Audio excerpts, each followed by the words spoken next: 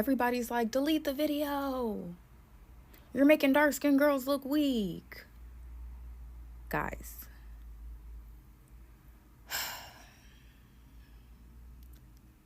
I feel like we don't talk about this enough. But you guys dehumanize dark-skinned girls. You do. Anytime a dark-skinned girl gets vulnerable or emotional, your instant response is to shut her down and tell her, no, wipe them tears. They can't see you like this. No, you got to show up strong. No. You guys have this thing where you expect dark-skinned women to always show up at our best to be accepted and heard. We got to have a full face of makeup. We got to have a fucking lace wig. We got to show up strong all the time. And that is not real. That is not real. That is not a fair expectation of any woman. Actually, any human. Like, I really do think that y'all forget dark-skinned women are women. What do you think about when you think of women? We're what?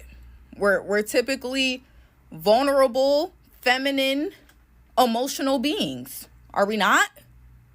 So why is it that, like, when it comes to dark-skinned women, it's like we can't be that though? Or we can't show that part of ourselves, or we look weak. Like, it's like y'all are, I don't know, making us out to be men. Because that is exactly what you guys do to men in this society. I don't know if you realize that. But when men get emotional and they get vulnerable and they get feminine and stuff, you guys, what? Wait, okay. The reality is, when you guys see a typical woman emotional or in a vulnerable state, as a man, you naturally go into protection mode. And as a woman, you naturally go into nurturing mode. But a lot of the time, when y'all see dark-skinned women in a vulnerable state, you don't see it as a woman in a vulnerable state. So you don't respond that way. Instead of listening to hear us, you just listen to respond and you go into defense mode. Because I ain't gonna lie, I'm not even trying to exaggerate. I feel like when y'all see dark-skinned women crying or vulnerable or emotional, you just see a fucking big-ass fucking monster growling at you. I swear to God, I feel like that's what y'all see. And it's like, we're just girls. We are literally just we are just girls.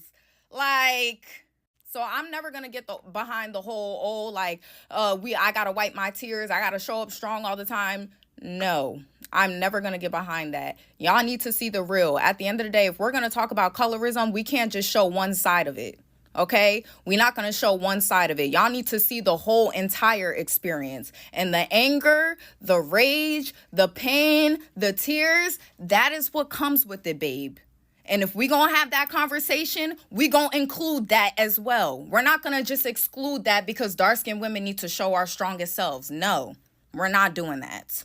And I also think it's very backwards to expect the group of people who literally go through the most in society to show up strong all the time. Like, think about it.